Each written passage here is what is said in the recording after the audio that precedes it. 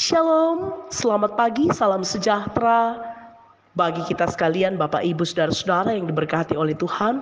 Senang sekali kita boleh diperjumpakan kembali dalam santapan rohani kita atau sarota dari Gereja Toraja Jemaat Silo Campagaya, Klasis Makassar Tengah.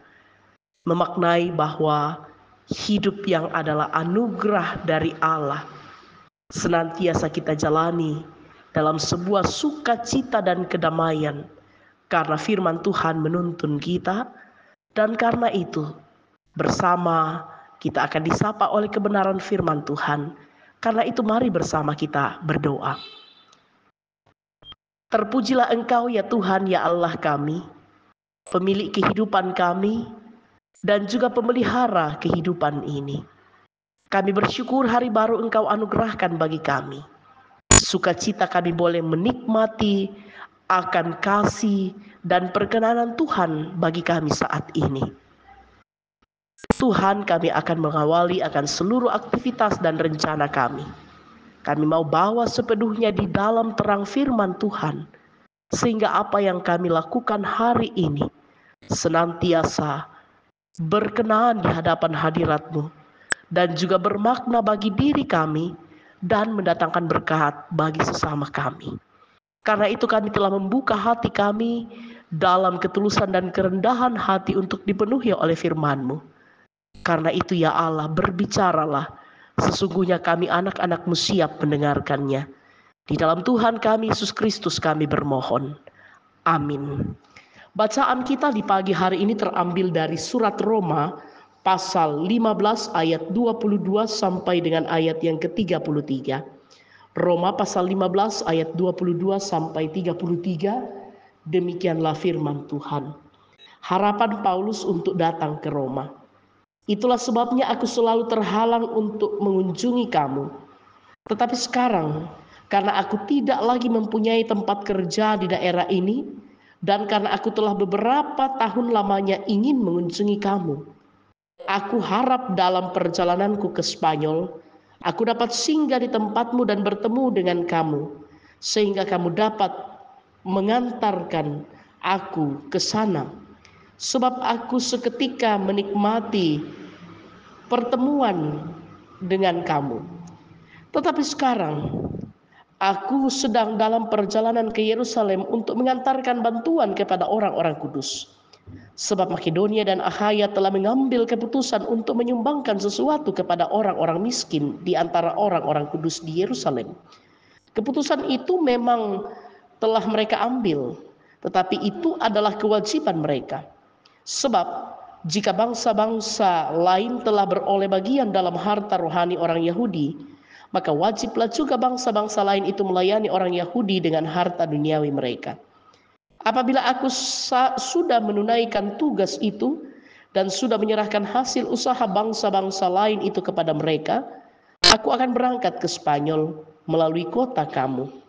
Dan aku tahu bahwa jika aku datang mengunjungi kamu, aku akan melakukannya dengan penuh berkat Kristus.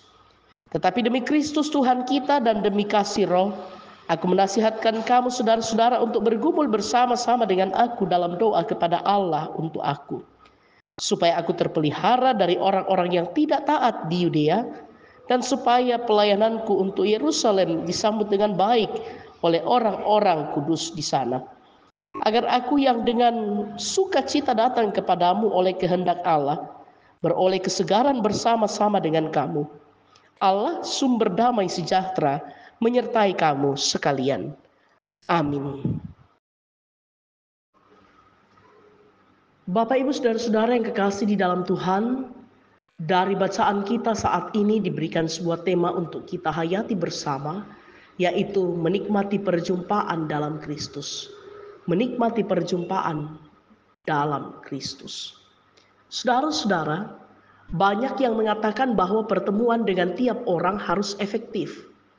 Tidak sedikit orang merasa dirugikan untuk berbicara, apalagi berkumpul dengan orang yang dianggapnya tidak memberikan kontribusi dalam hal ini, tidak ada peningkatan iman. Tindakan ini sering juga terjadi secara khusus dalam kehidupan orang percaya. Ada pula yang mengatakan bahwa lebih baik bertemu dengan teman seiman daripada membuang waktu bertemu dengan orang yang abai pada firman.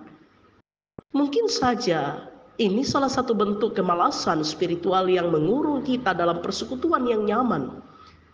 Saudara-saudara, dalam perjalanannya Rasul Paulus sangat ingin bertemu dengan umat Tuhan di Roma.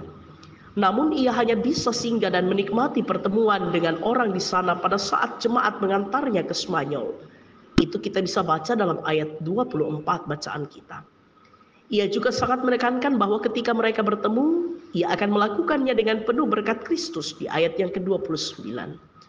Rasul Paulus juga meminta untuk tetap didoakan di dalam pelayanannya untuk Yerusalem. Nyata di dalam ayat 31. Saudara-saudara, ini memperlihatkan bahwa pertemuan mereka sebenarnya adalah wujud perjumpaan dalam Kristus.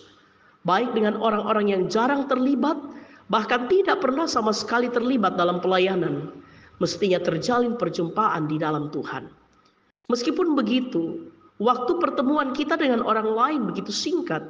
Tetapi jika itu memperlihatkan kehadiran Kristus, maka nikmatilah itu. Seperti Rasul Paulus dan jemaat yang ada di Roma.